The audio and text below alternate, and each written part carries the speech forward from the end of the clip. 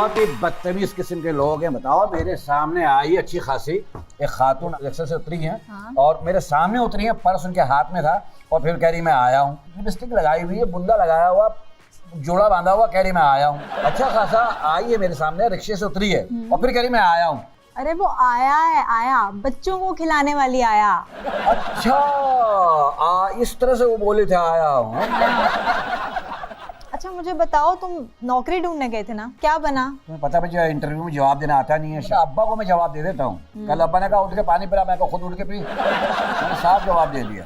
अगर मैं डॉक्टर होता ना, मेरी रोजाना 6-7 मौतें होती, हर एक को जवाब दे रहा था, भाई यार आपको दवाओं की जरूरत है, आप जाओ।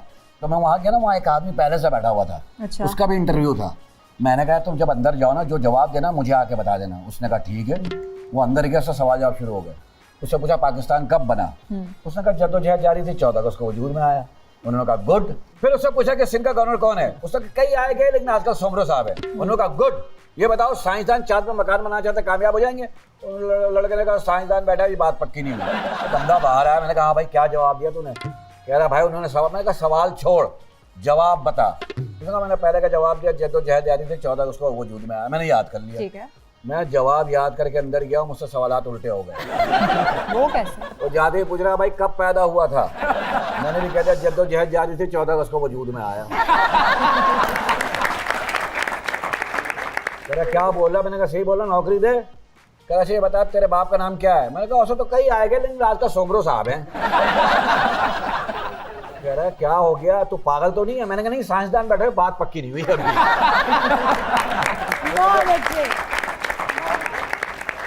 उन्होंने नौकरी नहीं, फिर मुझे धक्का दिया और गाली दी उन्होंने। उसके बाद मैं दूसरी जगह चला गया। उधर क्या बना? उधर वो इशारों में इंटरव्यू ले रहे हैं। हाँ, मुझसे बोले हाँ भाई इशारों में इंटरव्यू। मैंने कहा ले लो। कह रहा ये बताइए ये क्या है? Boom boom. मैं कहा मोटरसाइकिल। कह रहा है तो मोटरसाइकिल लेकिन कौन सी कंपनी? फिर उसने यूं इशारा किया, पाप। मैंने कहा कार। कहता है तो कार, ये बता किस मुल्क की है? नहीं। फिर उसने तीसरा सवाल किया, ये बताओ ये क्या है? मैंने कहा हवाई जहाज। कह रहा है हवाई जहाज, भोजा है, पियाई है ये। मैंने कहा एक मिनट ठहर जाओ, मेरे एक सवाल का जवाब दो। फिर मैंने उससे उल्टा सवाल किया, मैंने कहा बता ये कौन है? बस कर दे, तुझे तो मजा ही आ गया। ओए ओए। कहने लगी औरत। मैंने कहा है औरत, ये बता तेरी खाला है, फुप्पो है, ताई है, मासी है, कौन है? धक्के दे के निकाला। फिर मैं तीसरी जगह नौकरी मेरी लग गई थी, कंफर्म हो गई वाकई। हाँ, बोले 1 लाख तनख्वाह। मैंने कहा करना है क्या? बोले करना कुछ नहीं है, समंदर के बीच में जाना है, इंडिया पाकिस्तान की मच्छियां अलग करनी है। बस कर दे, शर्म करो, मछलियां भी किसी की माँ बहनें हैं। अच्छा बताएं फिर। मैंने बोला कैसे करूं? कह रहा कुछ नहीं, सलाम करो, जो वालेकुम सलाम कहे पाकिस्तान की तरफ कर दो, जो नमस्ते करे उसको नमस्ते बोलो, उसको इंडिया की तरफ कर दो। मैं कहा रहने दो यार, दुनिया में इतनी लड़ाइयाँ चल रही हैं इंसानों में, मछलियों को तो मिलकर रहने दो कम से कम। उसके बाद मैंने जेब काटना शुरू कर दिया। फारिग नहीं बैठा था। हाँ, मैं जेब, सर्दियों में नहीं, गर्मियों में। गर्मियों में क्यों? सर्दियों में क्यों नहीं? वो सर्दियों में दोनों हाथ डाल के जेब में खड़े होते हैं। किसी का बाप नहीं काट सकता है, क्या दांतों से काट के भागूं उसको? फिर क्या हुआ, एक आदमी खड़ा था सफेद पैंट पहन के, काले रंग का आदमी, और सफेद पैंट पहन के खड़ा था, पीछे से बटवा झांक रहा था। बटवे की नजर मुझ पे, न मेरी नजर बटवे पे। मैंने ब्लेड निकाला है, मैंने बटवे पे मारा है, खून का फव्वारा है। लेकिन ऐसे कैसे हो सकता है? बटवा काटने से कैसे खून का फव्वारा निकल सकता है? बटवा नहीं था, उसकी पैंट फटी हुई थी। मुझे बटवा सा लगा है। उसके बाद मैं अगले स्टॉप पे चला गया, वहाँ एक आदमी खड़ा था, मैंने उसकी जेब में हाथ डाला, जेब फटी हुई। अच्छा। दूसरी तरफ डाला, वो भी फटी हुई। फिर अपने आप से हाथ मिलाया, घर आ गया। मैंने कहा बहुत दिनों बाद मेरी मुलाकात हो गई।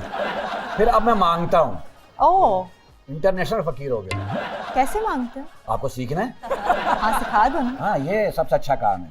गाड़ी आकर रोके, उसके दरवाजा खटखटाओ, वो शीशा खोल के कहे जी कहना अल्लाह नाम दे दे बाबा, हाथ डालो हल्का सा। ठीक है। फिर वो मना करेगा, फिर हाथ अंदर ले जाओ, हाथ उसकी ठुड्डी पे ले जाओ, दे दे दे दे दे दे, ठुड्डी ऊपर नीचे करो उसकी। फिर हल्का सा मुंह डालो, फिर आधा धड़ अंदर घुसेड़ दो, इस तरह वो तुमको ले जाएगा। ये औरतों के लिए नहीं था, मर्दों के लिए है ये। तो औरतें क्या करें? औरतों का बताता हूँ, किसी भी बड़ी सी दुकान पे जाके खड़ी हो जाओ, कहो सैलाब में मेरा घर बह गया, मेरे 4 बच्चे भी बह गए हैं, उसका मसला नहीं, वो मैं फिर पैदा कर लूंगी। मेरा शौहर डूब गया है तो मैं दूसरी शादी करनी है, प्लीज कोई मदद कर दे। पैसा नहीं तो रिश्ता तो देगा ही तुम्हें। अपनी हुई नहीं,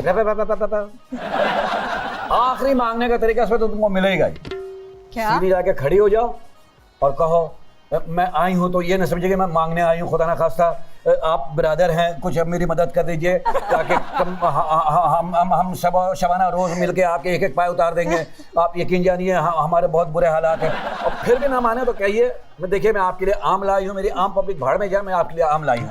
मेरी आम पब्लिक पेट्रोल से परेशान है, कोई मसला नहीं, मैं आपके लिए आम लाई हूँ। मेरी आम पब्लिक जो है ना गैस की वजह से परेशान है, मैं आपके लिए आम लाई हूँ। बस बस बस। नहीं आम बहुत हैं। अच्छा, थैंक यू वेरी मच।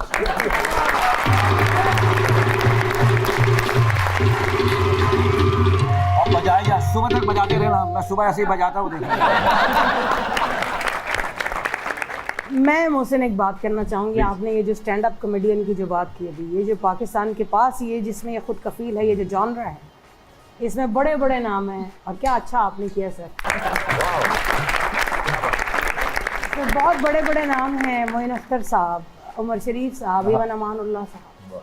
तो इसमें पाकिस्तान खुद कफील है। और मैं पब्लिक डिमांड को बहुत बहुत मुबारकबाद देना चाहूँगी कि आपने इस जॉनरा को दोबारा से रिवाइव किया है और इसमें हम दोबारा से लोगों को पता चलेगा कि स्टैंड अप कॉमेडियन होता है।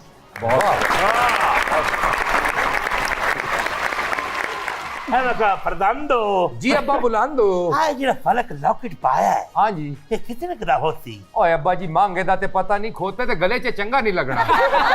ओए होए मैं खोते दी गल नहीं, मैं बूरी दी गल पे करना। अब बूरी ने ते हुण भी पाया होया जी। अरे मैं बूरी मझ दी गल पे करना, बूरी बकरी दी नहीं। ये ऐसी बातें कर रहे हैं आप यार। क्या अच्छा गाना सी, बूरी न रहे कोई आज इतने करीब आओ। मैंने लगता जेडे तुहाडे फरजंदे और जो मंद ने ना, इन्होंने भी को 5-6 ब्याह खड़काने।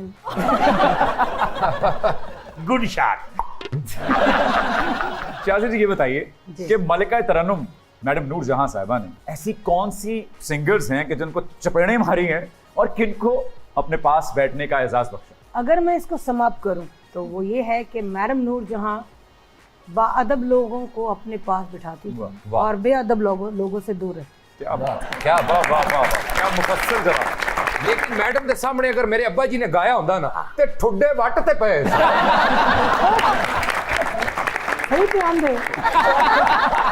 अरे बहुत बड़े गायक है ये, परसों गा रहे थे, पड़ोस से आवाज आई, रात के 3 बजे कौन गधा चीख रहा है।